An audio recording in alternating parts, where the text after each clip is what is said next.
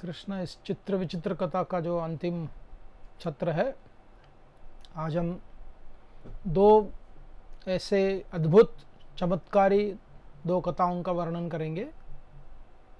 एक है अर्जुन और बब्रुवान का युद्ध और उसके उपरांत मयूर ध्वज और अर्जुन के साथ उसका युद्ध।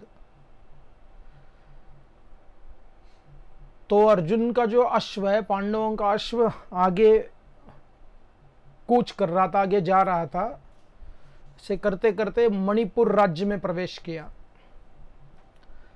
मणिपुर जो अभी नॉर्थ ईस्ट में है, वहाँ बब्रुवाहन बहुत प्रसिद्ध है। राजा कृष्णचंद्र के बारे में हम जानते ही है। कहा जाता है कि राधा कृष्णचंद्र बब्रुवाहन से प्रेरित थे।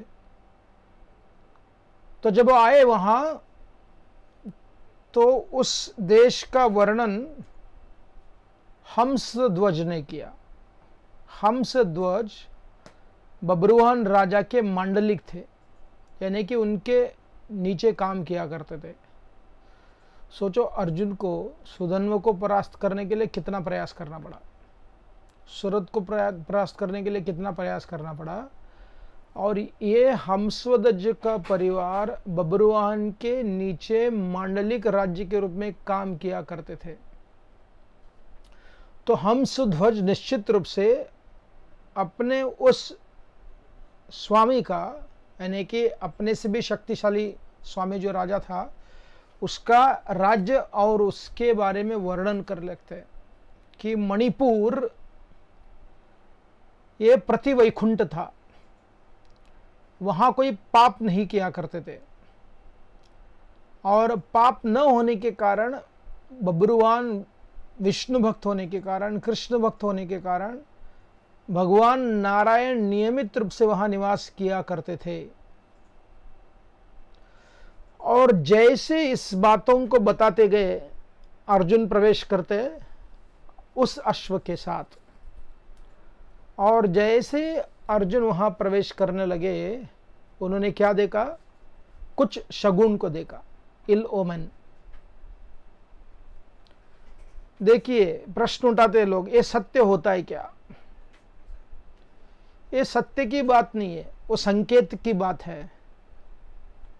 जब हमें अलग अलग प्रकार के संकेत बार बार मिलते हैं, उस संकेत को सत्य करने का प्रयास, या अगर वो अपने लिए शुभ नहीं है, उसको झेलने की क्षमता को बढ़ाना चाहिए। सत्य और संकेत में अंतर होता है। जब अर्जुन को बार बार संकेत होने लगा, तब अर्जुन के मन में तैयारी होने लगी, ऐसा कुछ हो सकता है। तो क्या हुआ? पहले आकर गृध्र पक्षी अर्जुन के मुकुट पर बैठ गया। ये शुभ नहीं होता। तो फिर भी अर्जुन योद्धा है, अपने पुरुषार्थ को करते हैं, वो आगे चले। और जब आगे आते गए, उस समय बब्रुवाहन की माता चित्रांगदा, जब अर्जुन, हम जानते हैं महाभारत में कथा आती है, अर्जुन जिस समय वनवास के समय नहीं, जब वो हस्तिनापुर इंद्रप्रस्थ में राज्य कर रहे थे, एक बार युधिष्ठिर महाराज के घर पर वो अर्जुन अस्त्र लेने के लिए आए। जब युधिष्ठिर महाराज अपनी पत्नी के साथ एकांत में थे, और उन्होंने व्रत लिया था नारद मुनि के उपदेश के अनुसार, अगर कोई भी दूसरे किसी के वैयक्तिक जीवन में हस्तक्षेप करेगा, उसको वन के लिए जाना पड़ेगा।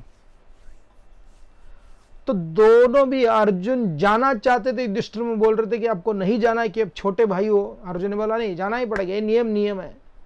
तो अर्जुन निकले। तो इस वन में जब प्रवास कर रहे थे, क्षत्रिय होने के नाते वो वन में जा रहे थे, वानप्रस्थ नहीं थे। उनका ब्रह्मचर्य द्रौपदी के साथ में था। इसलिए जब उलूपी ने उनको पकड़ लिया, जललोक में लेकर गई, तब अर्जुन ने कहा नहीं, मैं आपके साथ शादी नहीं कर सकता हूँ क्योंकि मेरा ऐसा ऐसा नियम है। तो उन्होंने कहा ये नियम आपको इनके साथ में लागू है। जो त्रस्त स्त्री है, आपके लिए तपस्या कर रही है, उसको स्वीकार करना आपका उत्तरदायित्व है। मैं आपकी पत्नी बन सकते हो। तो अर्जुन उलूपी के साथ विवाह कर लेते। आगे जाते हैं चित्रांगदा के राज्य में। अर्जुन उससे आकर्षित हो जाते।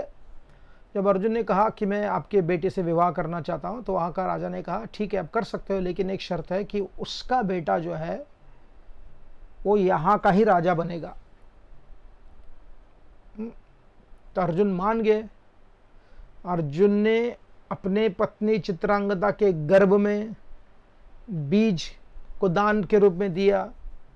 बब्रुवान का जन्म हो गया। बब्रुवान बहुत छोटा था, तो अर्जुन निकल गए वहां से अपने तपस्या में, अपने वनगमन करने के लिए। तो जब चित्रांगदा को समझ में आया, ज्ञात हुआ कि अर्जुन यहाँ आए हुए हैं, तो अपने पुत्र को कहते कि मैं कितने साल से उनके विरह में तप रही हूँ। ये मेरा सौभाग्य कि मेरे पति यहाँ मेरे देश में आए हुए हैं, घोड़ा को लेकर आए हुए हैं। इसलिए हे बब्रुवान, आप क्या करें, आपने जो घोड़ा पकड़ लिया है उसको केवल छोड़ना नहीं, परंतु जाओ अपने पिता के चरणों में गिर पड़ो, हाँ, और भक्ति से उनकी सेवा करना। तो माता का बात मानकर बब्रुवान जब अर्जुन को मिलने आते हैं, अर्जुन विराजमान है, तैयारी कर रहे हैं, संकल्प कर रहे हैं कि बब्रुवान के ऊपर आक्रमण करना है क्योंकि उसने घोड़ा लिया हुआ है। परंतु यहां बब्रुवान आ जाते हैं, अपने पिता के चरणों में नतमस्तक हो जाते हैं और जितने भी बहुमूल्य वस्तु थे उन वस्तुओं के साथ अर्जुन का अभिषेक करते हैं और अपने पिता से प्रार्थना करने लगते हैं कि घोड़ा, मैं आपके घोड़े को वापस लेकर आया हूँ, मेरा भेंट स्वीकार करें। आपके जो बड़े भाई है उनका जो अश्वमेध यज्ञ है वो पूर्णतया संकल्पित या होना चाहिए। परंतु हुआ क्या इधर, एक तो अर्जुन को गंगा मैया ने शाप दिया था कि 1 महीने के अंदर, 1 मास के अंदर आपको अपने पुत्र के द्वारा मृत्यु को वरण करना होगा। और दूसरा क्या हुआ कि अगर कोई क्षत्रिय ने घोड़े को लेकर जाकर शरणागत हो जाता है तो शरणागत होने वाले के लिए गौरव की बात नहीं है। ये बहुत कठिन होता है क्षत्रियों को शरणागत होना। इसलिए कभी कभी व्यवहारिक कार्यों को छोड़कर अपने आदर्श के पीछे भागकर वो शरणागत न होकर अपने प्राणों को गवा देते। और अर्जुन का ये तो मत था ना, अगर कोई शरण हो जाएगा तो उसको हम निश्चित रूप से आश्रय देंगे, हम हमारा गांडीव नहीं उतारेंगे, हम गांडीव को उपयोग नहीं करेंगे। तब जब भी उनका पुत्र आकर उनसे क्षमा मांगने लगता है तो अर्जुन कहते हैं ये असंभव है मूर्ख, ये मूर्ख तुम। जब अर्जुन के सहपाठी वो अर्जुन को बता रहे थे कि आपको अपने पुत्र को गले लगाना चाहिए, प्रेम दृष्टि देना चाहिए, अर्जुन सुने लेकिन उनकी आंखें लाल हो गए, भड़क गए, क्रोधित हो गए और उन्होंने कहा, बब्रुवान की कड़ी निंदा करने लगे, बोले एक कैसे हो सकता है कि तुमने मेरे घोड़े को हरण कर लिया, उसको बांध दिया और उसके बाद में आकर ऐसे भिखारी जैसे दया मांग रहे हो? शर्म नहीं आती आपको? अपने आप को अर्जुन पुत्र कहलाते हो, अपने आप को चित्रांगद का पुत्र कहलाते हो, और ऐसा होते हुए भी अब मेरे शरण में आए हो। तुम क्षत्रिय नहीं हो सकते हो, आप क्षत्रिय नहीं हो सकते हो सकता है कि आपकी मां ने किसी वैश्य के बीज को स्वीकार करके आपको जन्म दिया हुआ है, आपकी मां जारिणी है। डांटने लगे, बोले पुत्र, किस पुत्र की बात कर रहे हो? मेरा पुत्र एक ही अभिमन्यु, देखो कितनी वीर गति को प्राप्त कर लिया, कितनी वीरता को प्रदर्शन किया, और तुम तो यह भीख मांग रहे हो। तो ये सुनकर अपने माता का अपमान, उसके क्षत्रिय तेज के ऊपर आक्षेपण करना और अर्जुन ने उनकी कड़ी निंदा करने के कारण उन्होंने क्या कहा, उन्होंने कहा देखो गांडीवधारी, आप मेरे बारे में कुछ भी कह दे तो चल जाता है, लेकिन आपने मेरे माता का पातिव्रत्य, उनकी शुद्धता के बारे में प्रश्न उठाया, तो निश्चित रूप से इसके लिए आपको मरण दंड में जरूर दूंगा। You will have to face death penalty. ऐसे प्रतिज्ञा करके चला गया। सबके सब आश्चर्यचकित हो गए, ऐसा क्यों होगा, अर्जुन ऐसा क्यों किया। तब क्या हो रहा था, काल और शाप एक साथ में आकर अर्जुन के मन में, अर्जुन के बुद्धि में निवास स्थान के रूप में आ गए थे। इसलिए अर्जुन का रिएक्शन हो गया। तो बब्रुवाहन ने व्रत लिया, अगर मैं इस व्यक्ति का, इस पिता का अगर मृत्युदंड न दूं, उनको युद्ध में न जीतूं, तो अर्जुन जो कुछ भी मेरे बारे में, मेरे पिता के, मेरे माता के बारे में बोल रहे हैं, वो सब कुछ सच होना चाहिए। ऐसा कहकर उन्होंने वचन लिया, चले गए। अपने मंत्री, अपने सैनिक सबों को बुलाया, बोला आज हमें दिखाना है, इनको दिखाना है कि हम कैसे युद्ध करेंगे। तो जन्मेजय महाराज को वैशंपायन मुनि, जन्मेजय महाराज वैशंपायन ऋषि को प्रश्न करते कि हे आचार्य, हे ऋषिवर्य, ऐसे कुछ हुआ था क्या? आपने कभी पहले सुना है कि जहां पिता और पुत्र के बीच में बहुत बड़ा संघर्ष और युद्ध हुआ था? तो जन्मेजय राजा को वैशंपायन महर्षि बहुत लंबी कहानी सुनाते हैं। ये जन्मेजय महाभारत में आता है, जहां वाल्मीकि महर्षि के आश्रम में निवास करने वाले लव कुश राम के साथ में इसी कारण के लिए, किस कारण के लिए? अश्वमेध यज्ञ का जो घोड़ा, ये आसानी से बांध के रखे दोनों भाई लव और कुश, और उनको रोकने के लिए जितने भी वानर सेना गए, लक्ष्मण, शत्रुघ्न, भरत, हनुमान जी, सबके सब परास्त हो गए थे, और स्वयं राम उनके साथ में युद्ध करने लगे। और युद्ध करते करते करते इस प्रकार से उन्होंने अपने पिता को प्रसन्न कर दिया, पिता उससे प्रसन्न हो गए। तो ये प्रसंग पहले हुआ है, ये पहली बार नहीं है। ऐसा कहकर वैशंपायन ऋषि ने बहुत विस्तार रूप से राम कथा सुनाया।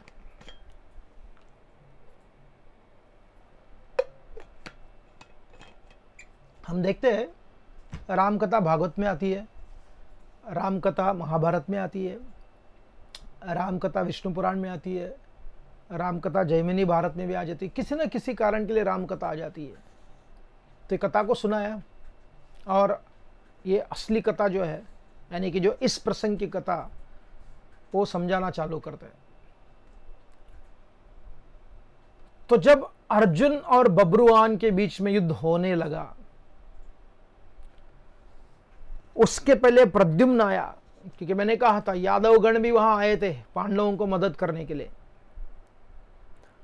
जब प्रद्युम्न भी आया तो बब्रुवाहन प्रद्युम्न को डांटने लगे, बोले यहां कोई भंवरे नहीं है। क्योंकि प्रद्युम्न कौन है? प्रद्युम्न काम उनका एक अंश होने के नाते, कामदेव उनका एक अंश होने के नाते, दिव्य काम है वो, और काम भी उनका अंश ही है।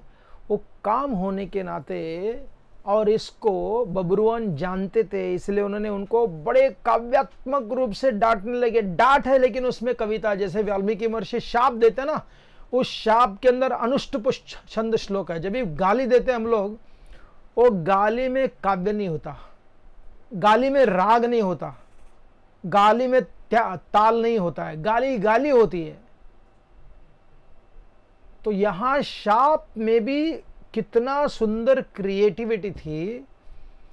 तो इसीलिए वाल्मीकि महर्षि ने जब शाप दिया, वही श्लोक का कारण बन गया।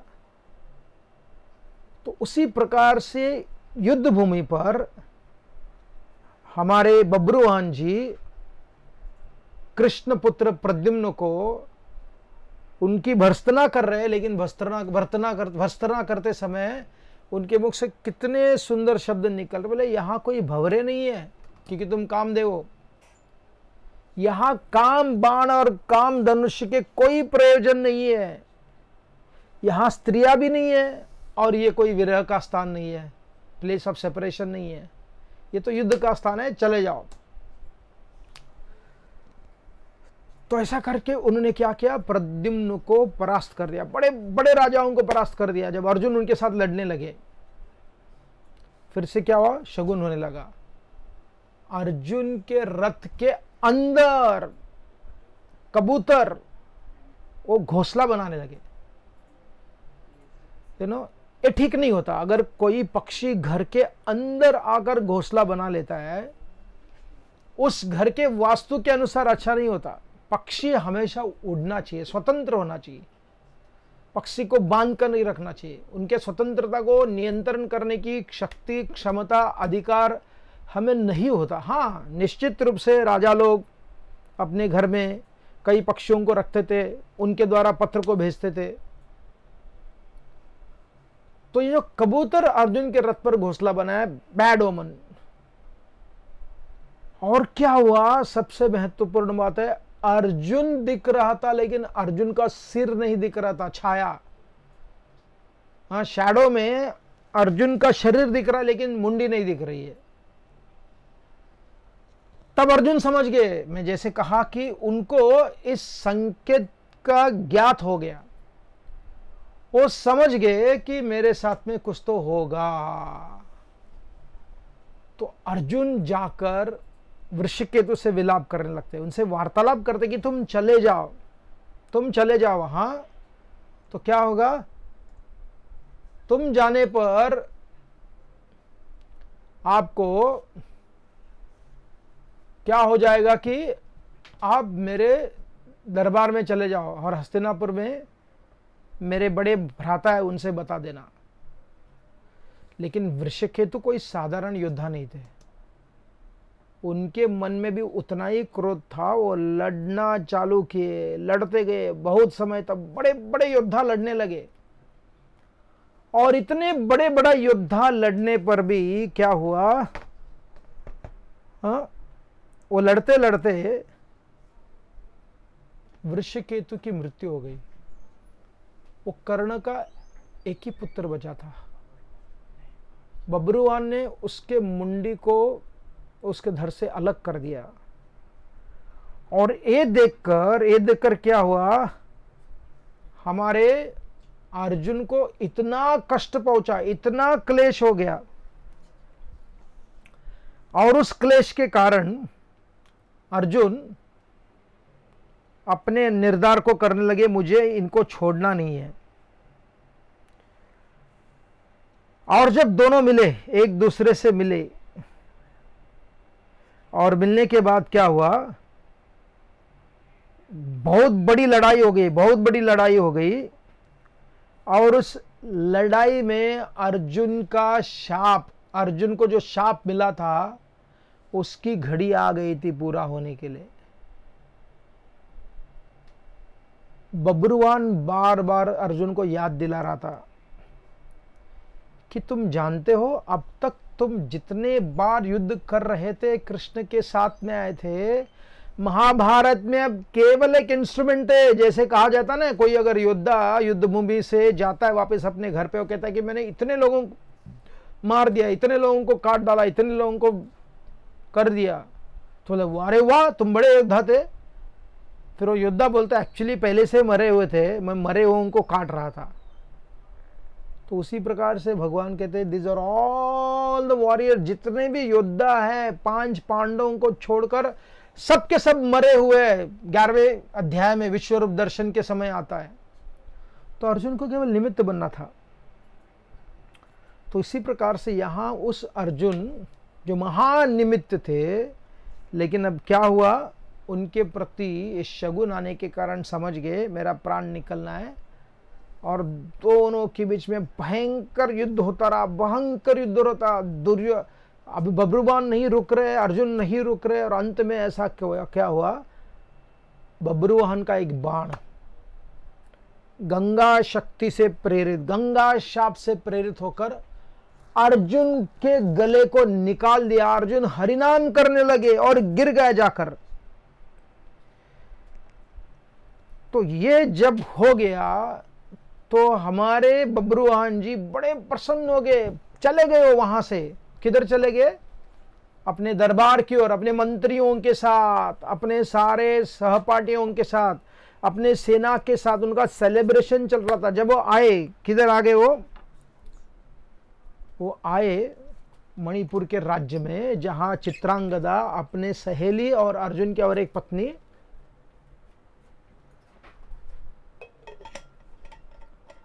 उलूपी के साथ निवास कर रहे थे।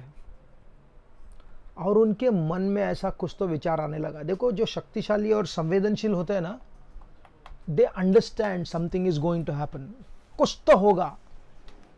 हा? और जब ऐसा सोचकर चित्रांगदा को एक ज्ञात आ गया कि मेरे पति मारे गए, उनकी मृत्यु हो गई। और किसने मृत्यु किया उनको? उनके ही पुत्र ने।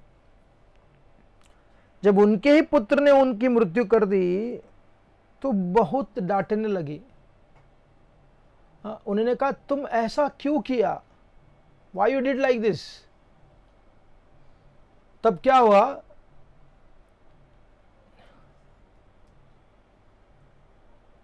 बब्रुवाहन, चित्रांगदा विलाप करने लगी, तुम कैसे वैरी बन गए? तुम नर के वैरी कैसे बन गए? मेरे कांता मरण को प्राप्त हो गए। वो इंद्र तनय थे, धर्मराज के दूसरे अनुज थे और भगवान कृष्ण के सखा थे, और तुमने चंद्रकुल को नाश कर दिया। तुम कैसे पुत्र जन्म लिया? तो विलाप करने लगी कुरूर पक्षी के समान। पांडवों का स्मरण किया, कुंती, द्रौपदी और सुभद्रा का स्मरण करने लगी। वो कैसे जीवित रह गए अपने पुत्र के बिना, अपने पति के बिना। मेरा क्या जीवन हो गया कि मेरे पुत्र मेरे पेट में जन्म लिया। तो अपने माता का विलाप, अपने माता का कष्ट, अपने माता का क्लेश को देखकर बब्रुवाहन समझ गए कि मैंने बहुत बड़ा अपराध कर दिया। मेरे माता की जो प्रतिष्ठा है, उसका सम्मान को बचाने के लिए मैंने युद्ध किया था, क्योंकि मेरे ही पिता ने मेरे मां के बारे में गलत सलत बोला था, इसलिए मुझे दिखाना था। लेकिन विपरीत परिणाम हो गया। मेरी माता प्रसन्न नहीं हुई, वो दुखी होगी, क्लेशदायी बन गई मेरे कार्य को। इसलिए मेरे जीवित रहने से अच्छा है कि मैं अग्नि में प्रवेश कर लूं। देखो, महान लोग भी कभी कभी गलत सोच लेते हैं। पहले ही चित्रांगदा बहुत कष्ट में जा रही है, और उसके ऊपर उसका पुत्र, जिन्होंने गलती की, वो सोच रहा है कि मुझे अग्नि में प्रवेश करना है। तो उलूपी और चित्रांगदा ने बोला, मूर्ख, ये जो व्यक्ति जिसका पतन हुआ है युद्ध भूमि पर, वो कोई साधारण नहीं है। उसके पास भगवान कृष्ण का स्मरण करने के लिए अवसर नहीं होगा, लेकिन कृष्ण निश्चित रूप से उनका स्मरण किया होगा। वो जरूर आएंगे, इसलिए जब तक वो नहीं आएंगे, ये शरीर को ठीक से सुरक्षित रखो, और तुम अग्नि प्रवेश को नहीं करोगे। फिर उलूपी ने कहा, Ulupi was very expert. Ulupi ने कहा, देखो, मैं जानती हूं आदिशेष के पास एक संजीवक नाम की मणि है, और वो मणि लेकर आएंगे। उस मणि के प्रभाव से कोई भी मरा हुआ व्यक्ति जीवित हो सकता है। और उसका जो मंत्री है पुंडरीक को मैं अच्छा से उनको जानती हूँ, वो आ जाएंगे इधर, हमारे प्रयास को प्रसाद के रूप में मणि देंगे। और लो एंड बिहोल्ड आ गए, और उनसे बात किया, उनको समझाया। तो उन्होंने कहा, मैं जाकर क्या करूँगा, मैं लेकर आऊँगा। इसलिए पुंडरीक चले गए लाने के लिए। आदिशेष भगवान से कहा, उनकी कहानी सुनाए, वो रेडी थे देने के लिए। लेकिन वहाँ और एक मंत्री निकला, धृतराष्ट्र नाम का मंत्री। देखो, सब जगह में धृतराष्ट्र आदि जाते, और उन्होंने इस कार्य को होने नहीं दिया। बोला, ये हरगिज नहीं होगा, हम दे नहीं सकते इस मणि को। मनुष्य जाति इतनी खतरनाक है, इतनी बेकार है, कृतज्ञ है, उनमें कोई कृतज्ञता की भावना नहीं है, इसलिए अगर हम उनको नहीं देंगे तो अच्छा होगा। तो उसने नकार कर दिया। तो फिर बब्रुवाहन को आना पड़ा, आक्रमण किया। दो राक्षस थे स्वभाव नाम के, दुष्ट बुद्धि के पुत्र। उनसे लड़ते लड़ते अंत में शेष भगवान को समझ में आ गया कि इसको देना ही पड़ेगा। लेकिन ये लोग मरने के पहले, जो दो राक्षस थे, उन्होंने क्या किया, अर्जुन के सिर को अलग जगह में फेंक दिया, ही थ्रू इट। तो इसका परिणाम क्या हो गया, back in Hastinapur, back in Indraprastha, Kunti के मन में शगुन आने लगे, कुछ स्वप्नों को देखने लगी, भयंकर स्वप्न। वो स्वप्न क्या था कि अर्जुन एक गधे के ऊपर जा रहा है। अभी अर्जुन गधे पर बैठना, in that sense nobody should sit on the back of the S, वो गधे पर बैठना, वो स्वप्न देख रही है। और अर्जुन के शरीर को पूरा तेल लगा है और स्नान किया, और उसके गले में जो जो लाल फूल होते ना, उसको रजोतमोगुण के फूल कहते हैं, दासवाड़ मराठी में, उस फूल को उनके गले में लाल कलर का डाला हुआ है। हाँ, और पूरा शरीर तेल से स्नान किया गया है। तो इस चीज को देखते ही कुंती ने कृष्ण से कहा, कृष्ण मेरा पुत्र का क्या हुआ, वो जीवित है कि नहीं? तो जैसे चित्रांगदा और उलूपी चर्चा कर रहे थे, जहां जहां भक्ति की समस्या आ जाती है, भगवान उस समय अवतार धारण किए हुए थे, वो क्या करने लगे, वहां आने लगे अर्जुन को मिलने के लिए, अर्जुन के लिए मदद करने के लिए वहां आने लगे। और जब वो आए और उन्होंने देखा कि अर्जुन की मृत्यु हुई है, बहुत विलाप करने लगे भगवान। केवल बोलते नहीं थे कि मैं मेरे भक्तों से प्रेम करता हूँ, अर्जुन के प्रति मेरा प्रेम है, अर्जुन के लिए मैं कुछ भी कर सकता हूँ। तभी देखा कि अर्जुन चले गए। महाभारत में देखते हैं अर्जुन को बारे में भगवान श्री कृष्ण ने कहा था, इंद्र से वरदान मांगा था। इंद्र ने पूछा तुमको वरदान क्या चाहिए? उन्होंने कहा मुझे अगर वरदान देना चाहते मुझे अर्जुन के साथ घनिष्ठ मित्रता दे, मेरी मित्रता बार बार और गहराई में और बढ़ती चली जाए। ये मित्रता मांगी थी भगवान हरि ने, और अर्जुन के लिए अपने प्राणों को देने के लिए तैयार थे। दुर्योधन को कहा था, हे दुर्योधन, धृतराष्ट्र सुन लो ध्यान पूर्वक, अर्जुन मेरा आत्मा है और मैं अर्जुन का आत्मा हूं। यानी कि भगवान अर्जुन के आत्मा है और भगवान का आत्मा अर्जुन है। क्या उपमा है देखो। और बोलने में भगवान कृष्ण को कोई शर्मिंदा नहीं है। और वो भगवान जब अर्जुन को देखा कि अर्जुन गिरे हुए हैं, उनका प्राण निकल गया, तो भगवान क्रंदन करने लगे, रोने लगे, उनकी आंखों से आश्रुओं की धारा बहने लगी। तब तक भीम ने भगवान से प्रार्थना कर दी और उन्होंने कहा, हे कृष्ण, जब आप हो, जैसे सूर्य प्रकाश होते ही अंधेरा चला जाता है, और जहां कहीं हरि है वहां क्लेश कैसे आ सकता है? ये असंभव है। और भीम खड़े हो गए, ही इज ऑफरिंग प्रेयर्स, और प्रार्थनाओं को भी अर्पण कर रहे हैं, और भीम गर्जना भी कर रहे कि कौन है जिसने मेरे अर्जुन के साथ इस प्रकार का व्यवहार किया, मैं देख लेता हूं। तब तक वहां आ गए बब्रुवाहन जी, वहां प्रवेश करते हैं और सीधे अर्जुन भीम के चरणों में आ गए। बोले, मुझे मृत्यु दंड दे दे, आप जो भी दंड मुझे दोगे उसको मैं स्वीकार करने के लिए तैयार हूं। तब क्या हुआ, मीनवाइल बब्रुवाहन जो मणि लाने के लिए गए थे, मणि लेकर आए, आदिशेष भगवान ने उनको मणि दिया। लेकिन इसके पहले वो दुष्ट बुद्धि के जो सहायक थे, धृतराष्ट्र के सहायक थे, उन्होंने अर्जुन के गले को किसी जंगल में फेंक दिया था। और मणि का समय होता है कब तक उपयोग करोगे, और जब सिर मिलने का कोई संभावना नहीं है, तो भगवान ने व्रत लिया। बोले कि आज तक अगर मैंने शुद्ध जीवन जिया है, अगर मैंने व्रत का पालन किया, ब्रह्मचर्य का व्रत पालन किया है, अगर ऐसा हो तो जितने जल्दी हो सके उतने तुरंत वो सिर यहां मेरे पास आना ही चाहिए। तो सिर आया उधर, सारे योद्धाओं को मारते मारते भगवान कृष्ण के चरणों में आया। भगवान ने उस मणि के सहाय, खुद ही भगवान मणि है, कृष्ण मणि है, लेकिन फिर भी एक मनुष्य लीला करने के कारण उस मणि को लेकर, उस मणि के द्वारा अर्जुन को पुनर्जीवित करते हैं, वृषकेतु को पुनर्जीवित करते हैं, और दोनों खड़े हो जाते हैं। क्या हुआ क्या हुआ कहा, go back to Manipur. Manipur जाते हैं, वहां चित्रांगदा स्वीकार करती है अपने पुत्र को, और पुत्र को गले मिलने के लिए अर्जुन हिचकिचा रहे। तो कई भक्तों ने उनको कहा कि अभी मिलो, तो अर्जुन उनको गले मिलते हैं और गले मिलने के उपरांत दोनों भी एक दूसरे से प्रेम करके तुलुपी, चित्रांगदा, स्वयं बब्रुवान इतना सारा भेंट देते पांडवों को उस यज्ञ के लिए और आगे बढ़ते हैं। वो आगे बढ़ने लगते यज्ञ करने के लिए। तो क्या हुआ, आगे जैसे जैसे बढ़ रहे थे उनको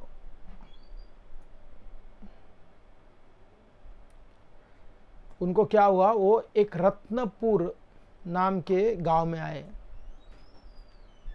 और रत्नपुर राजा जो था उसका नाम था मयूरध्वज।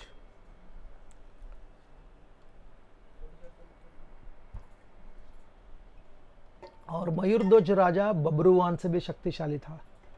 बब्रुवान मयूरध्वज के लिए भेंट दिया करता था और मयूरध्वज ने आज तक 7 अश्वमेध यज्ञ कर लिए थे।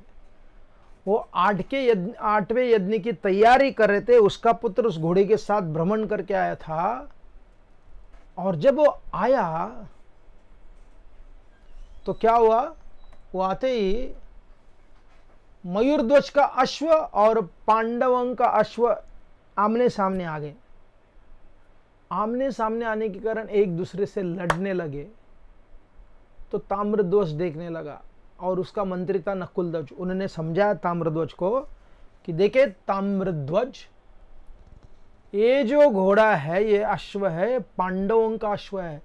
ये पांडवों का अश्व होने के कारण वो युद्ध करने के लिए आए हैं और वो युद्ध करेंगे क्योंकि उनके बड़े बंधु भ्राता श्री यज्ञ कर रहे हैं। तो इस बीच में क्या हुआ, भगवान श्री कृष्ण अर्जुन को बताने लगे, हे अर्जुन, जानते हो कि मयूरध्वज बैठे हुए, यज्ञ दीक्षित होकर बैठे हुए नर्मदा के तट पर, और उनका 8वां अश्वमेध यज्ञ होगा। देखो भगवान के सृष्टि में ना, भगवान की सृष्टि इतनी असीमित है, इतनी महान है। उस महान सृष्टि में आपसे बढ़कर कोई ना कोई मिल ही जाता है। पांडव महान भक्त है और उनका कोई इसका अहंकार नहीं था। They were not arrogant, they were not falsely proud. लेकिन उनको और नम्र बनाने हेतु या भक्तों के महिमा को प्रदर्शन करने हेतु और ऐसे भक्तों को दिखाने हेतु भगवान श्री कृष्ण अर्जुन को यहां लेकर आए और दिखाया कि ये तो 7 यज्ञ कर चुके। युधिष्ठिर महाराज एक यज्ञ करने के लिए इतनी समस्या अपने आप को खड़ा कर रहे थे, ये तो 7 कर चुका था बिना कृष्ण का। और यहां कृष्ण हमेशा पांडवों की मदद कर रहे थे। हाँ, कृष्ण प्रत्यक्ष रूप में नहीं थे, लेकिन यज्ञ के स्वाहा को लेने के लिए आ जाते थे। लेकिन अब मयूरध्वज की इच्छा थी कि भगवान श्री कृष्ण अगर प्रत्यक्ष आएंगे तो कितना अच्छा रहेगा, how fortunate we will be. और मयूरध्वज बड़े बड़े, बहुत बड़े क्या थे, महान भक्त थे। फिर ताम्रध्वज का युद्ध हुआ अनिरुद्ध के साथ। अभी अनिरुद्ध कौन है? अनिरुद्ध प्रद्युम्न का पुत्र है। तो उसको भी ताम्रध्वज डांटने लगे, अरे हम जानते तुम्हारी कहानी, तुमने कैसे बाणासुर की पुत्री उसको उठाया था, ये सब कथा सुनाते, लेकिन यहां ऐसा कुछ नहीं, आपको युद्ध करना पड़ेगा। अनिरुद्ध और ताम्रध्वज का घमासान युद्ध हो गया, वहां अनिरुद्ध को जाना पड़ा। तो ताम्रध्वज अर्जुन को डांटने लगे, इसे तुम कैसे व्यक्ति हो अर्जुन, जब आपके पास हरि स्वयं होते हुए भी आप इस हरि के पीछे लगे हो। हरि यानी कि घोड़ा भी होता है, इस घोड़े के पीछे लगे हो, तो क्या आप ऐसा कर रहे हो? अगर आपको अश्व चाहिए यज्ञ के लिए, मैं दूंगा, जितना चाहिए अपना अश्व लेकर जाओ, लेकिन मेरे से युद्ध मत करो ना। अर्जुन को कभी भीख मांगकर मालूम ही नहीं, और इसीलिए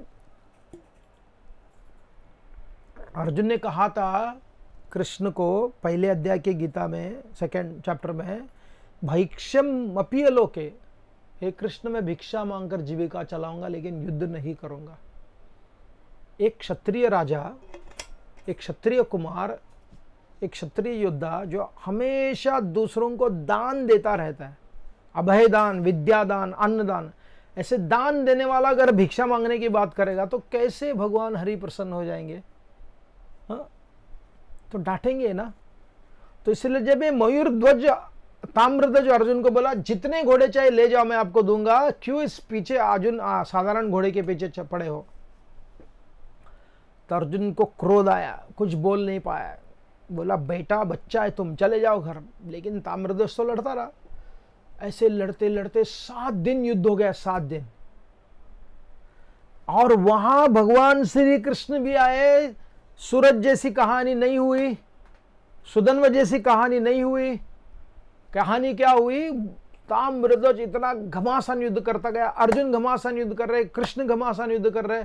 करते करते करते क्या हुआ कि हमारे जो तीनों भी योद्धा, अर्जुन बेहोश हो गए, ताम्रध्वज बेहोश हो गया और कृष्ण भी बेहोश हो गए।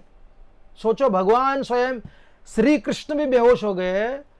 तो थोड़े समय के बाद मयूरध्वज उठ गया, ताम्रध्वज उठ गया। देखा कि अरे मैं उठ गया और ये दोनों अभी तक बेहोश है। तो दोनों घोड़ों को लेकर बड़े उत्साह के साथ, बड़े विजय की भावना के साथ, अपने पिता को प्रसन्न करने की भावना से वो दोनों घोड़ों को कहाँ लेकर जाते? अपने राज्य में ले जाते। और अब पिता को कहते कि पिताश्री मैंने आपके लिए घोड़ा लेकर आया। और वो चिल्लाने के लिए, पिता ने बोला तुमने क्या कर दिया पुत्र? जब वहां जो असली हरि आया हुआ है उस हरि को छोड़कर तुमने इस हरि को लेकर आए 4 पैर के। मैं कितना दुर्भाग्य हूं, मैं कितना बड़ा दुर्भाग्य हूं कि मुझे इस प्रकार का पुत्र मिल गया। अभी मुझे जाना पड़ेगा, मुझे जाना पड़ेगा अर्जुन के पास, कृष्ण के पास, उनसे क्षमा मांगने के लिए। तुमने बहुत भूल कर दी। तो इसके बीच में जब अर्जुन और कृष्ण जागृत हुए, देखा इर्द गिर्द उनका घोड़ा नहीं, अर्जुन का पराभव हुआ है। अर्जुन बड़े आश्चर्यचकित रह गए, अचंभित रह गए। उनके मन में एक प्रकार का विचार लगा, ये कैसे हो सकता है? मेरे साथ में स्वयं श्री कृष्ण होते हुए भी ऐसा कैसे हो गया? भगवान के पास को तंत्र अलग अलग होते ना जीतने के लिए। तो अर्जुन को उन्होंने कहा देखो अर्जुन, इसको युद्ध में जीत नहीं सकते हो, असंभव है। अगर इसको हम जीत के लिए प्रयास करेंगे वो चलता ही रहेगा। जैसे भगवान श्री कृष्ण ने अर्जुन को कहा था कि द्रोणाचार्य के साथ मत लड़ो जयद्रथ को मारने के समय, अगर लड़ते रहोगे तो शाम तक चलेगा, उनको प्रदक्षिणा करो। तो भगवान भी अपने भक्तों को झूठी भरोसा नहीं देते हैं तो तुम जीती जाओगे।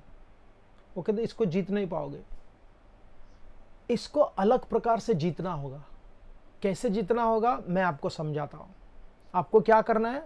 आपको केवल देखना है, आपको केवल इसमें एक प्रेक्षक के रूप में भाग लेना है। हाँ, आपको एक प्रेक्षक के रूप में भाग लेना है, प्रत्यक्ष रूप में पात्र नहीं लेना। मैं पात्र दूंगा, आप मेरे शिष्य बनोगे, मैं मेरे वेश को बदल दूंगा, मैं एक ब्राह्मण बनूंगा और हम वहां जाएंगे। तो कृष्ण अपने वेश को बदल दिए, अर्जुन उनके शिष्य बन गए।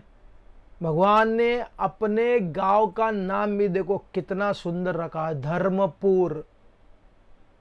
धर्मपुर के कृष्ण शर्मा नाम के एक विप्र अपने शिष्य के साथ मयूरध्वज के राज्य में प्रवेश करते हैं। अब प्रवेश करने के उपरांत उनको अंदर लेकर बुलाए लिया गया। स्वयं मयूरध्वज उनकी सेवा करने लगे और सेवा करते करते करते क्या हुआ, उन्होंने पूछा विप्र को, विप्र मैं आपकी कैसी सेवा करूं, मैं आपके लिए क्या कर सकता हूं? मैंने कहा कि इंडिकेशन, संकेत। अब मयूरध्वज को संकेत मिलने लगा कि ये जो व्यक्ति आए हुए हैं वो कोई साधारण नहीं है, इसलिए जो भी मांगेंगे मैं दूंगा। एक क्षत्रियों का गुण होता है, जब बलि महाराज को शुक्राचार्य रोकने का प्रयास कर रहे थे, देखो कभी कभी क्या होता है ना, दान की बात आती है ना, ऐसे कथाओं को सुनकर हमको भी लगता है कि दान आंखें बंद करके दे देना चाहिए। ये कथा हमारे प्रेरणा के लिए है, परंतु गीता में भगवान उपदेश क्या कहते हैं कि स्ट्रैटेजी होना चाहिए दान देने के लिए। योग्य व्यक्ति को योग्य कारण के लिए सत्व गुण का सही समय पर दान देना चाहिए। देखो कृष्णा डिफाइंस चैरिटी प्रॉपरली। जैसे महाभारत में कथा आती है ना, जो शिबी राजा थे उनको एक कबूतर और बाज पक्षियों के बीच में संघर्ष हुआ। कबूतर इस राजा के आश्रम में आ गया, बोला हे राजा बाज मेरे पीछे पड़ा है, उससे मुझे बचाइएगा। तो बाज ने बोला हस्तक्षेप मत करो, तो प्रकृति के नियम के बीच में मत आना, क्योंकि जीवो जीवत से जीवनम, ये कबूतर मेरा खाना है और तुमको ऐसा बीच में प्रवेश नहीं करना चाहिए। तो शिबी महाराज ने क्या कहा, you have to read it properly. Shibi Maharaj was not blindly giving charity. उन्होंने कहा मैं जानता हूं तुम बोल रहे हो, मैं प्रकृति में हस्तक्षेप करने के लिए नहीं जाता हूं, हर एक पक्षी को खाना खिलाने के लिए नहीं जाता हूं, हर एक चींटी को खाना खिलाने के लिए नहीं जाता हूं। मैं प्रकृति के में हस्तक्षेप नहीं करता, परंतु ये पक्षी मेरे शरण में आया हुआ है और बोल रहा है कि मुझे शरण चाहिए, तो उसको शरण देना मेरा कर्तव्य है, मेरा प्राण देकर मैं दूंगा, क्योंकि साधारण नहीं है। इट्स वेरी इंपॉर्टेंट, स्ट्रैटेजी है, तंत्र है। तो तब उन्होंने, वो पक्षी ने जब भी बोला था, क्या देना पड़ा शिबी महाराज को, अपने अंग का, अपने शरीर का मांस काट काट कर डालना पड़ा। फिर आगे समझ में आ गया कि ये साधारण पक्षी नहीं थे, ये अग्नि और इंद्र थे। उनकी परीक्षा, उनकी स्तुति, उनकी महानता को सबके सामने प्रस्तुत करना चाहते थे। तो उसी प्रकार से राजा भावनाओं से भरपूर भरा हुआ था, लेकिन भावनात्मक नहीं था, उसको संकेत मिल गया था। तो उन्होंने कहा मैं आपके लिए क्या करूं। तो ब्राह्मण ने अपनी कथा सुनाई। जब कृष्ण ड्रामा करते हैं ना, जब कृष्ण नाटक करते हैं, तो पहले से नाट्यधारी है जो अलग अलग अवतार में आते हैं, जब नाटक करते तो क्या रियल ड्रामा करने लगते हो, उस पात्र में पूरा घुस जाते हैं। और भगवान श्री कृष्ण ने कहा देखो मेरा बेटा है, उसका विवाह सत्यशील की जो बेटी है उसके साथ करने के लिए मैं आया था। और जब धर्मपुर से रत्नपुर के लिए आ रहा था, उस समय जंगल में, अरण्य में एक सिंह ने मेरे पुत्र को पकड़ लिया। मैं जानता हूं कि तुम्हारे देश में लोग नरसिंह की प्रार्थना करते हैं, और ऐसा होते हुए भी कैसे ऐसे हो गया मैं नहीं समझता। मैंने प्रयास किया उस सिंह से बात करने के लिए, बोलने वाला सिंह था। मैंने कहा ऐसा मत करो, इसका विवाह नहीं हुआ है, इसके अभी तक सारे पुरुषार्थ पूर्ण नहीं हुए हैं, उसे छोड़ दो और मुझे खा लो। बोला तुम्हारे खाने में क्या है, उस शरीर में कुछ है ही नहीं। तो अगर आप मुझे खिलाना ही चाहते हो, यहाँ का जो राजा है ना, अरे दूध पीता है, मलाई पीता है, मक्खन पीता है, अद्भुत लग्जूरियस खाना को खाता रहता है, अगर उसका आधा शरीर मुझे दोगे तो मैं आपके पुत्र को छोड़ सकता हूं। ये कैसे संभव है।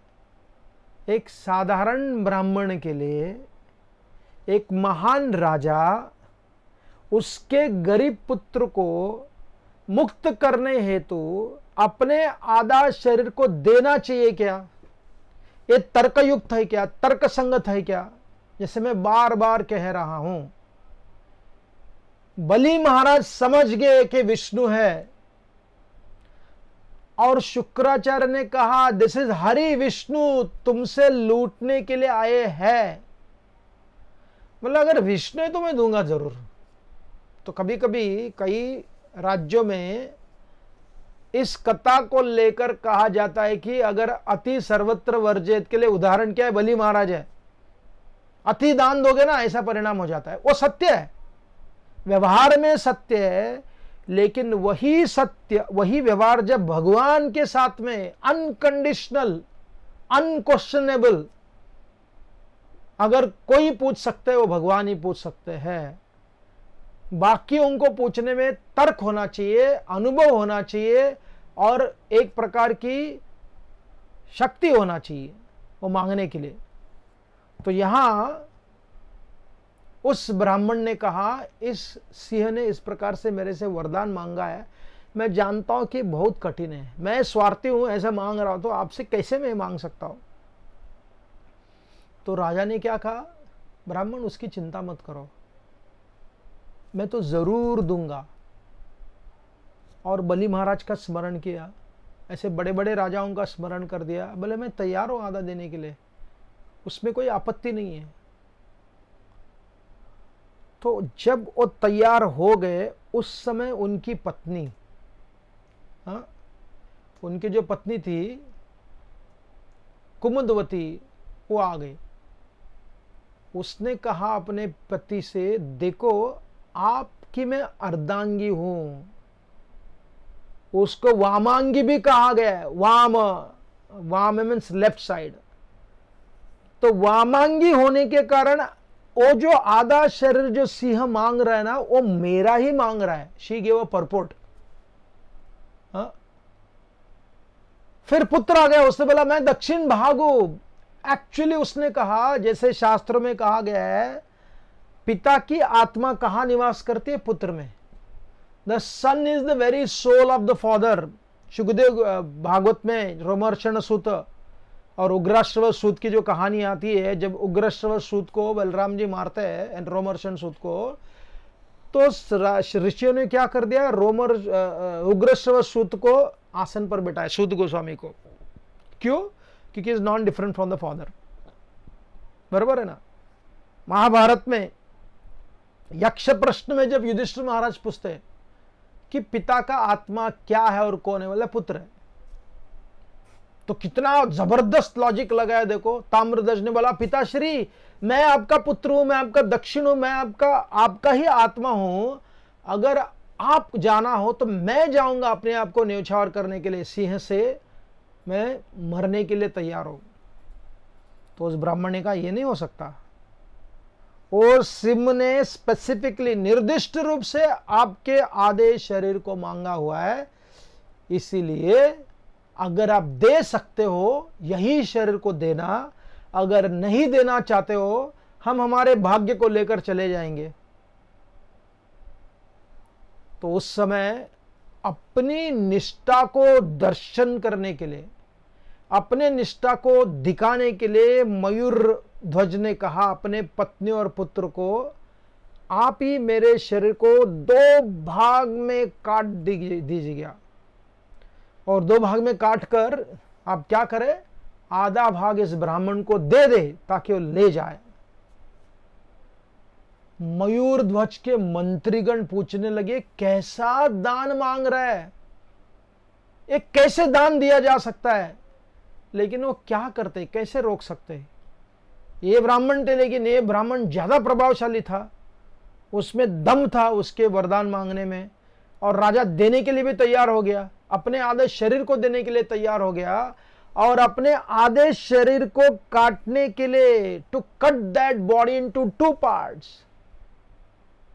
कौन तैयार हो गए, पत्नी और पुत्र को करना पड़ा। दोनों लेकर, एक बाजू से पत्नी एक बाजू से पुत्र, उसके शरीर को 2 भाग में काट रहे।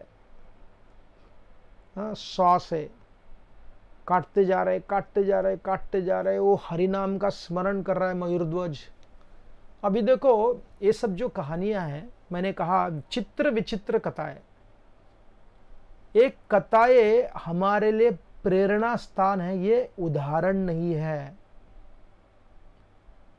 हम इस कथाओं को लेकर, अगर कड़े में कूदने की कथा हो, सिर को 2 भाग में काटने की कथा हो, एक कथा इतने उच्च स्तर के कथाएं हैं, इसको हम कृत्रिमता से अनुभव कभी नहीं करना चाहिए। टू प्रूव दैट मुझे भी इसी प्रकार की भक्ति करनी है, ये असंभव है। अगर कोई पिता के कपड़ों को पहनकर पुत्र अपने आप को डॉक्टर करके खेले तो चलेगा, जहां तक वहां डेंजर ना हो, जहां तक वह खतरा नहीं हो। दूसरों को जाकर अगर वो इंजेक्शन देने लगेगा, उसको रोकना पड़ेगा, बिकॉज इमिटेशन हो गया। तो उसी प्रकार से ये जो कहानियां हैं हमारे मन में तल्लीनता लाने के लिए है, बट वी कैन नेवर, हमें तो पुरुषार्थ ही करना है। हमारे नियंत्रण में क्या, आपने कभी देखा है, आपके अनुभव में कभी, हमने कभी देखा है कि तेल के अंदर डालने से आटा पूरी के रूप में परिवर्तित हो जाता है, बेसन पकोड़ा के रूप में परिवर्तित हो जाता है, या एक तेल का बूंद आपसे बहुत प्रेम करके कढ़ाई से जब आपके हाथ में आ जाता है, वहां पकोड़ा बन जाता है हाथ पे, वहां फूल नहीं आता। कभी कभी जो इन कथाओं को सुनकर हम बोलते रहे कृष्णा विल टेक केयर, जस्सी मयूरध्वज की उन्होंने कैसे रक्षा की थी, नहीं ऐसा नहीं। हम अगर मयूरध्वज के जो स्थिति को हमारे साथ लाने की प्रयास की तो उससे दुर्घटना हो जाती है। इसलिए रूप गोस्वामी क्या कहते हैं, श्रुति स्मृति पुराण आदि पंचरात्रिक विधिम विना एकांतिक हरेर भक्तिर उत्पाते वही कल्पते। We are not here to defy Krishna's material nature. हम भगवान की प्रकृति है ना, उसके नियम को डिफाई करने वाले नहीं बनना चाहिए। हम कैसे जानते कि what is Krishna's will for me, what is will of Krishna, वो छठे अध्याय में बताते हैं, कुछ डिसिप्लिन देते हैं। Following the laws of nature, प्रकृति के नियमों को सम्मान करना ही हम कृष्ण के विल को स्वीकार करने के समान है। So therefore these are amazing stories, fascinating stories, अद्भुत कथाएं, लेकिन ये हमारे लिए उदाहरण नहीं बनना चाहिए। हमारे लिए उदाहरण क्या है, अर्जुन का संकल्प, अर्जुन का प्रयास, अर्जुन की दृढ़ता, अर्जुन का जो एम है संघर्ष करना, करते करते करते करते Arjun is real for us. कैसे रियल है, गीता सुनने के बाद भी उसको कठिनाई हो रही थी अपने तात को बाण चलाने के लिए, वो जर्नी से गुजर रहे थे। परंतु यहाँ ये मयूरध्वज कितने महान, 7 पांडवों के परिवार में कोई ऐसा नहीं था जिन्होंने अश्वमेध यज्ञ किया था। युधिष्ठिर वो जो ताम्रध्वज था, भगवान कृष्ण को, अर्जुन को उन्होंने बेहोश बना दिया था। ये शरीर आधा दे रहा है, लोग अपना आधा रोटी भी नहीं देते कभी भूखे तो इसलिए यहां हम अपने आप को कंपेयर नहीं कर सकते हैं। हम इन कथाओं को तल्लीनता के लिए सुनते हैं। We never put our self in that story. इसलिए भक्ति रसामृत में प्रभुपाद जी लिखते हैं, wanting to become Yashoda also, forget wanting to be Krishna, वो तो बहुत बड़ा अपराध है। लेकिन यहां सोचना कि मुझे यशोदा बनना है, मुझे नंद महाराज बनना है, यह भी बहुत बड़ा अपराध बन जाता है।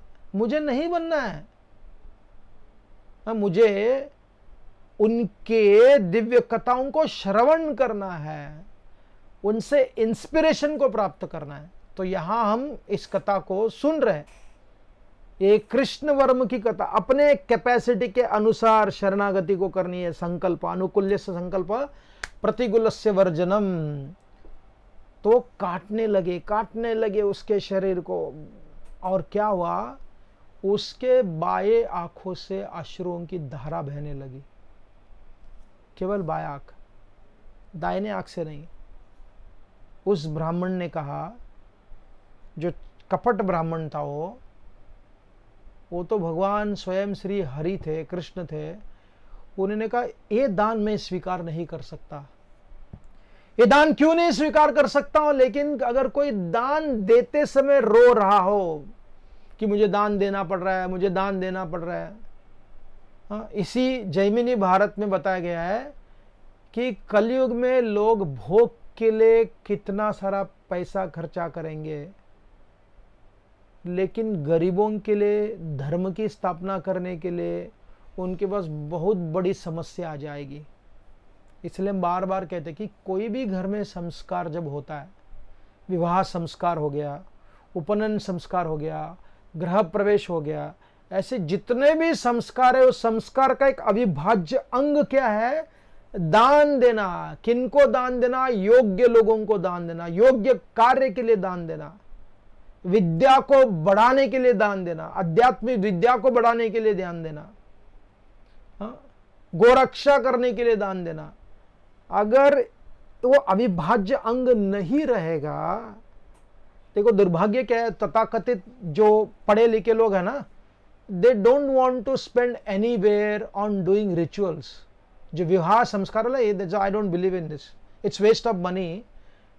लेकिन उसी पैसे को लेकर शराब वितरण करने में और अनेक ऐसे कार्यों को करने में जिससे लाभ किसका होता है? जो लाभान्वित ऑलरेडी है उसका लाभान्वित हो जाता है। अगर समाज इतना संवेदनशील हो जाएगा, देखो इसी हालत में भी जब कोविड-19 हो रहा था, कई हमारे मंदिर में जो रक्षक है ना, सिक्योरिटी गार्ड, बहुत ज़बरदस्त कार्य कर रहे हो लोग, अपने घर को नहीं गए हुए, तो यहाँ रहकर वो सेवा कर रहे हैं, पूरा सेफ एनवायरनमेंट के रखे हुए हैं। तो क्या हुआ, तो बता रहे थे कि कई हमारे ड्राइवर अपने गांव जा रहे थे, तो यहाँ से अपने गांव जाने के लिए लोगों ने उनसे 2-2 हज़ार रुपये, 2,500 रुपये लूटा टिकट के रूप में। तो जब हम इस अवस्था में, yes there is a concept of distress sell, there is a concept of increase in demand, so therefore rate increases। तो चाणक्य पंडित कहते हैं प्रॉफिट होना चाहिए, लेकिन जब प्रॉफिट शोषण का कारण बन जाता है तो राजा को उसको देखना चाहिए। तो इसलिए यहां इस ब्राह्मण ने कहा, आपके आंखों से आश्रयों की धारा बह रही, मैं इस दान को नहीं स्वीकार कर सकता। और जाने लगे, बाहर निकल गए। सोचो उसका आधा शरीर हो रहा है और ये ब्राह्मण जा रहा है कि मुझे दान नहीं चाहिए, तो क्या हुआ, शरीर तो गया और दान देने का संकल्प भी विफल हो रहा है। यानी कि ना घर का ना घाट का हो गया मयूरध्वज, बल्कि उनको पाप भी लगेगा दान न देने के कारण, रोने के कारण। उसी संकल्पना को कृष्ण भगवान लेके जा रहे हैं ना, वो तो ड्रामा कर रहे हैं, हम जानते हैं। तो क्या हुआ, तो उसने बुलाने के लिए भेजा अपनी पत्नी और बच्चे से, अरे उनको बुला कर लाओ, मैं उनको समझाता हूं क्यों।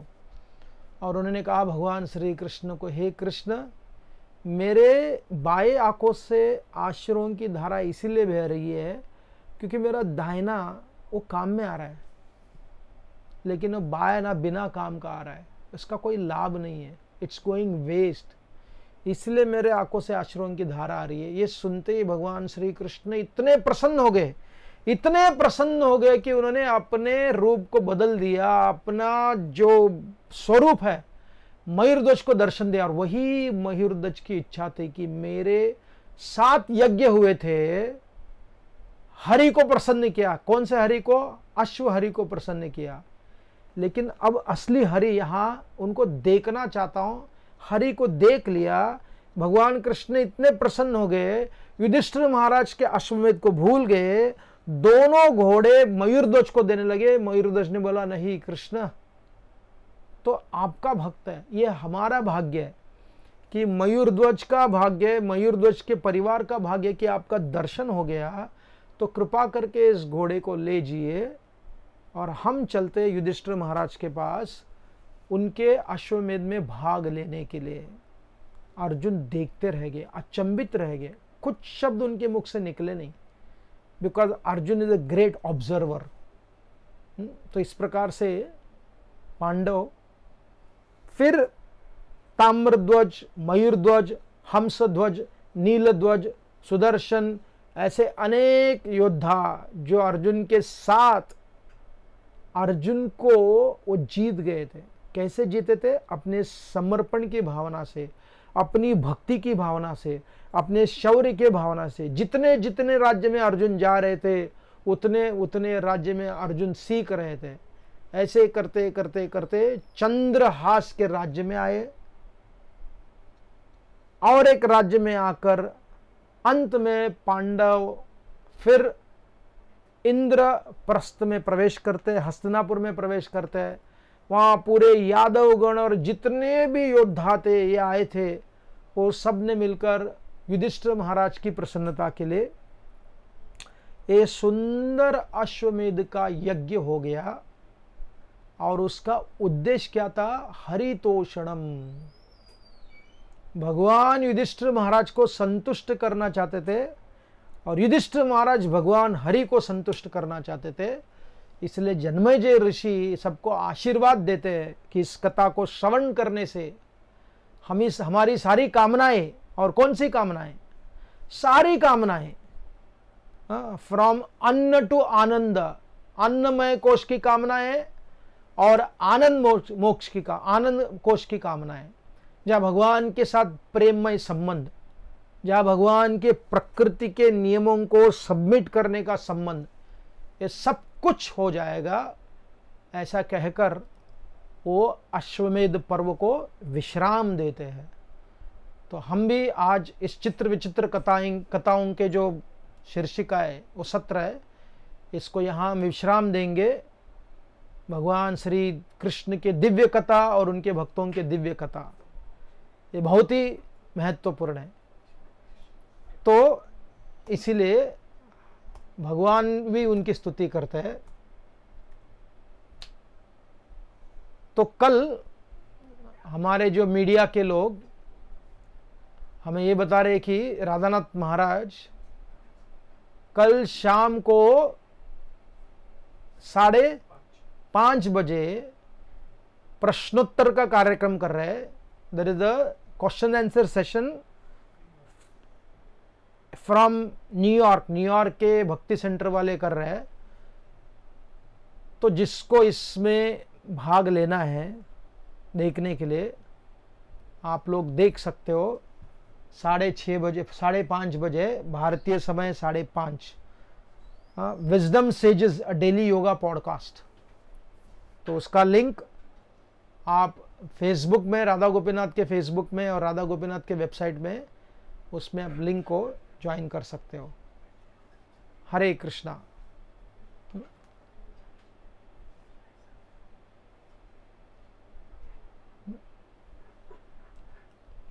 तो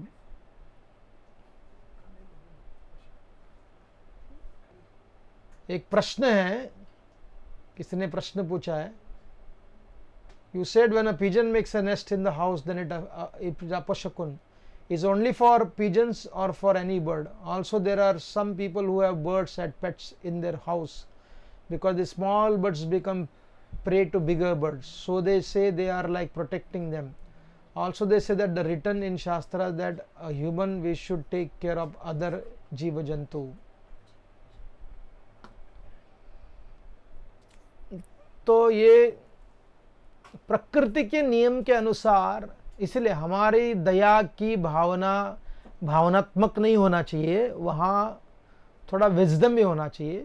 जैसे शिवी महाराज ने कहा, मैं हस्तक्षेप नहीं करता हूँ, ये पक्षी खास करके मेरे आश्रय में आया हुआ है, इसीलिए मैं उसको आश्रय देना चाहता हूँ।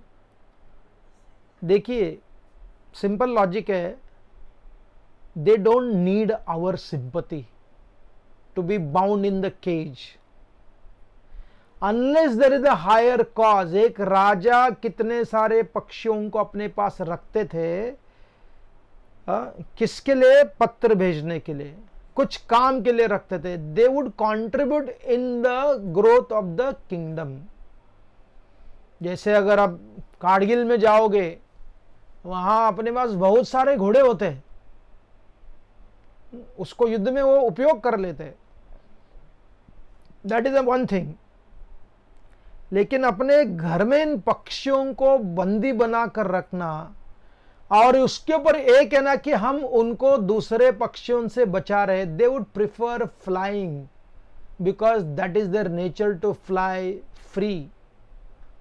और उसको अगर आपने सुरक्षित रखा लेकिन उसके स्वाभिमान को मार दिया, उनके शरीर को बचाया लेकिन उनके स्वभाव को मार दिया। जैसे शेर, जो सिंह होता है, ये सत्य घटना है। कई जो सुंदरबन के शेर को किसी सर्कस वाले ने लेकर आए थे और कई दिन के बाद सर्कस बंद पड़ गया, कई साल के बाद, तो उन्होंने सोचा इनको छोड़ देते हैं। तो जब उन्होंने उस शेरों को छोड़ दिया, वो शेरों को जंगली कुत्तों ने मारकर खत्म कर दिया था, क्योंकि शेर अपने शेरत्व, जैसे फलत्वात, तो शेर का तत्व क्या है, उसका वैलर, उसका पावर, उसको मारने के कारण वो साधारण जानवर बन गए थे। ये कितना बड़ा अपराध हो गया।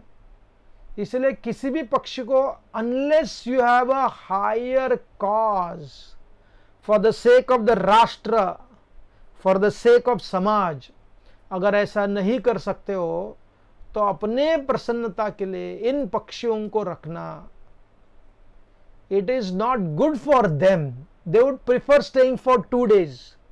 ऐसे कथा है, मैंने सुना था, एक कुत्ता था जो मालिक के पास में रहता था ना, बहुत दष्टपुष्ट हो गया था, जैसे होते ना मुंबई के घर में होते हैं, बड़े बड़े शहरों में होते हैं, तो इतना खा के इतना मोटा हो गया था।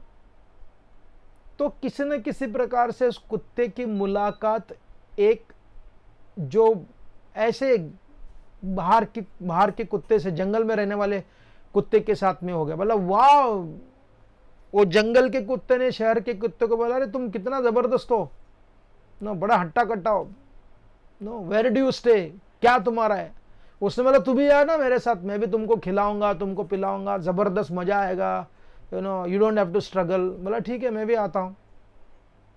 जब ये कुत्ता आने लगा तो उस कुत्ते ने देखा इस कुत्ते के गले में बेल्ट है, पट्टी। उसने मुझे, ये क्या है? बोला नहीं, मेरा मालिक है, जो मालिक करता ना वो मुझे सुनना पड़ता है। तो कुत्ते ने बोला तुम तो कितना स्वाभिमान को छोड़कर, स्वतंत्रता को छोड़कर ऐसे भिखारी के समान रहते हो। मैं कष्ट करूंगा लेकिन मेरे स्वभाव, मेरे स्वतंत्रता को नहीं छोड़ूंगा। तो इसलिए हमें शास्त्र में वापस जाना चाहिए to understand Baba when, how. हाँ, और शकुन के बारे में अलग अलग पक्षियों का अलग अलग वर्णन आता है। ऐसे कहा जाता है कि अगर कौवा आपके घर के ऊपर आकर आवाज करे तो समझना चाहिए कोई अतिथि आ रहा है। आजकल हमारे यहाँ बहुत सारे कौवे आवाज कर रहे हैं, लेकिन कोई अतिथि आने के लिए सब कुछ बंद किया हुआ है। इसलिए हमें समझना चाहिए कि इसको केवल संकेत के रूप में लेना चाहिए, सत्य के रूप में नहीं।